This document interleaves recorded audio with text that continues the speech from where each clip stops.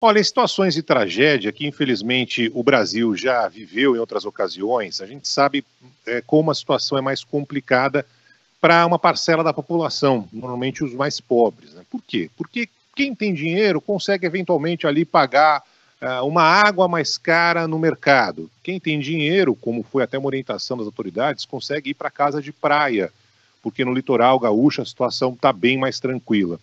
Mas quem não tem está sujeito muitas vezes a situações ainda mais extremas do que aquelas do dia a dia. O Renato está com a gente hoje e fazendo uma homenagem aos gaúchos, né? O Renato que é palmeirense vestindo uma camisa do Grêmio, Renato. E aí, bom dia para você.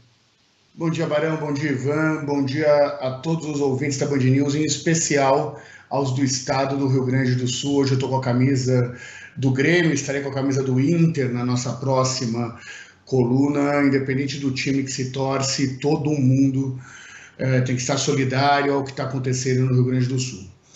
Barão, o que nós vamos abordar é o conceito de justiça climática. Né? Ele é um conceito que reconhece que as mudanças climáticas não afetam todas as pessoas da mesma forma. Né? Ele diz que os grupos mais vulneráveis da população, que são os mais pobres, os que moram em área de favelas, ou em homenagem aos gaúchos, a forma que eles chamam as favelas no Rio Grande do Sul é vilas, né? Que esses eventos climáticos afetam desproporcionalmente essas populações, que os impactos ambientais, sociais e econômicos nas alterações do clima são desiguais entre os mais pobres e os mais ricos. Acontece que boa parte dos grandes responsáveis por esses eventos climáticos foram historicamente os mais ricos.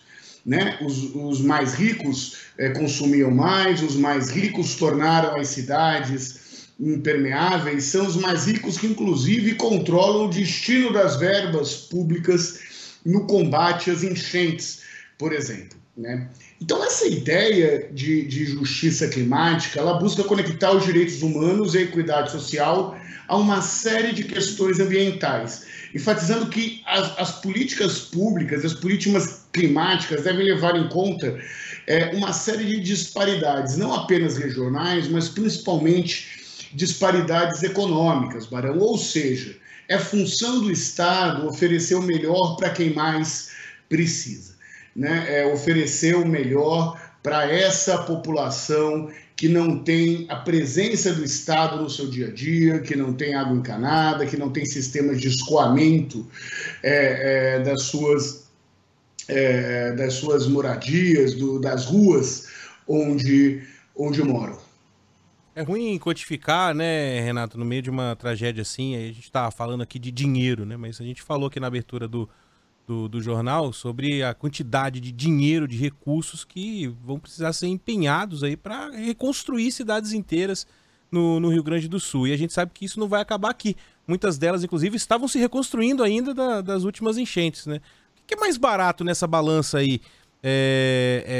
Fazer esse tipo de investimento, que geralmente é um investimento muito caro, né, por parte das empresas ou dos mais ricos, que é você investir em sustentabilidade, né, pensando na questão climática, e de repente ter que remediar algo tão grave, tão trágico, né? A gente falou aqui do Katrina, né, Barão?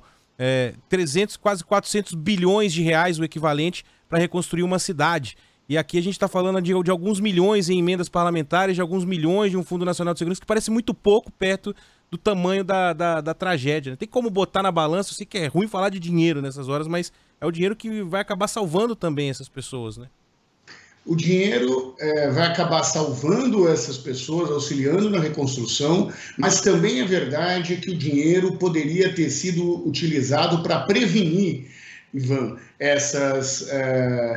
os efeitos climáticos dessa tragédia, né, no Rio Grande do Sul. Nós acompanhamos pelo noticiário da imprensa que não teve um único centavo aí gasto nas previsões, na prevenção das enchentes. O que mostra que se tivesse sido gasto, talvez essa tragédia em Porto Alegre não fosse nas proporções que todos nós temos acompanhado aí pela imprensa. Dinheiro é fundamental liberar as emendas parlamentares que antes tinham um destino pouco transparente, para ser gentil aqui, para de alguma forma um fim completamente transparente, focado na reconstrução dessas cidades. O dinheiro é sim fundamental, o dinheiro atinge de formas diferentes os mais ricos e os mais pobres.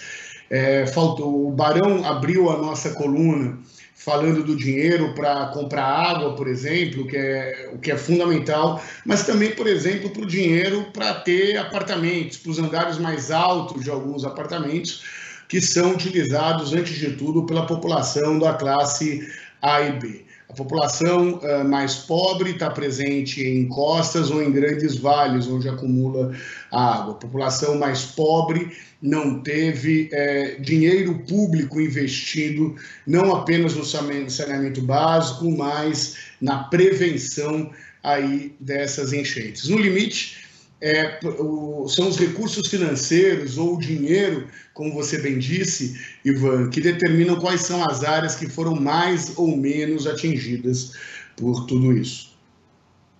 É uma situação complicada, toda vez que tem tragédia a gente volta a debater, mas como disse o Renato, se tivesse prevenção, talvez esse caos seria muito menor.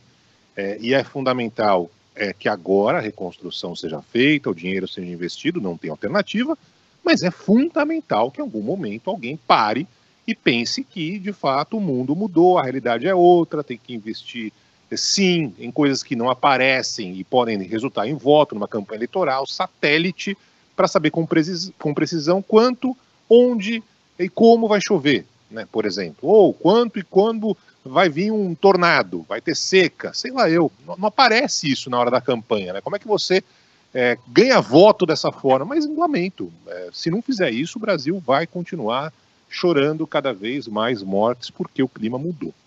Renato, bom sempre tê-lo aqui com a gente.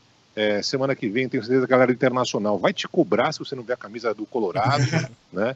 Porque a rivalidade continua grande, mas é sempre bom tê-lo aqui no Band News Station. Um grande abraço para você, Renato. Um abraço, Barão, um abraço, Ivan, mas eu queria deixar um recado, Barão. Nas eleições, como você bem disse, muitas vezes essa pauta não ganha uma repercussão, não traz muito voto. Mas é um pouco pior do que isso. Existe nas últimas campanhas um negacionismo climático.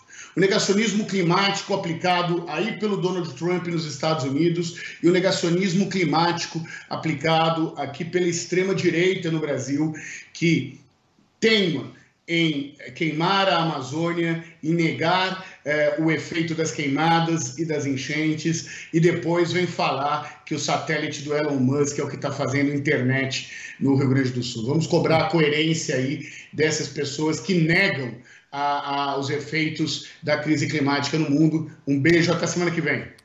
Valeu, Renato. Barão, só fazer um adendo aqui, né? O Renato citou aí a situação da Prefeitura de Porto Alegre, reportagem do Felipe Pereira, do UOL, né? Porto Alegre não investiu 1 centavo em prevenção contra enchentes em 2023, mesmo com um orçamento daqui do Departamento Municipal de Águas e Esgotos na casa dos 428 milhões de reais. E aí ele foi lá no portal da transparência, viu que em 2021 o mesmo órgão investiu R$1.700.000, em 2022 R$141.000, em 2023 zero, nenhum centavo investido na contenção de enchentes.